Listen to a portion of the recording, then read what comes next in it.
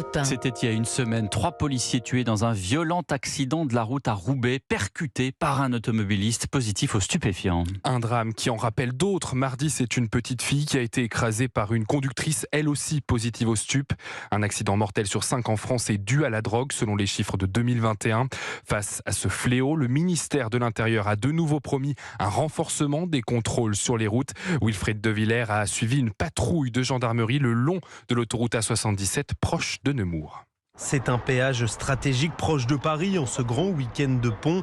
Le lieutenant Jean-Gabriel fait signe à un coupé sport de s'arrêter. Est-ce que vous avez consommé des produits stupéfiants récemment? On va vous soumettre à un dépistage. Vous mettez dans votre bouche pendant une quinzaine de secondes, vous frottez bien partout. Vous allez avoir des traits rouges qui doivent apparaître. Ces traits rouges signifient que le test a fonctionné et qu'il y a l'absence de substance drogue. Test stupéfiant négatif pour ce jeune conducteur, un test salivaire qui repère les principaux produits du cannabis aux opiacés en passant par la cocaïne. En termes de résultats stupéfiants, c'est en 1 cannabis et en 2 cocaïne. Et on a de plus en plus le cocktail des gens qui consomment régulièrement cocaïne plus cannabis. Cette année, les contrôles ont été renforcés en Seine-et-Marne, explique le lieutenant Jean-Gabriel. Au regard d'une actualité malheureusement qui est très défavorable avec l'accidentologie, l'ensemble des gendarmes du département de Seine-et-Marne cette année ont déjà constaté 932 procédures de conduite en ayant fait usage de stupéfiants. Dans le département, on parle d'une augmentation de 19% de tests positifs par rapport à la même période en 2022. Merci Wilfried De Villers.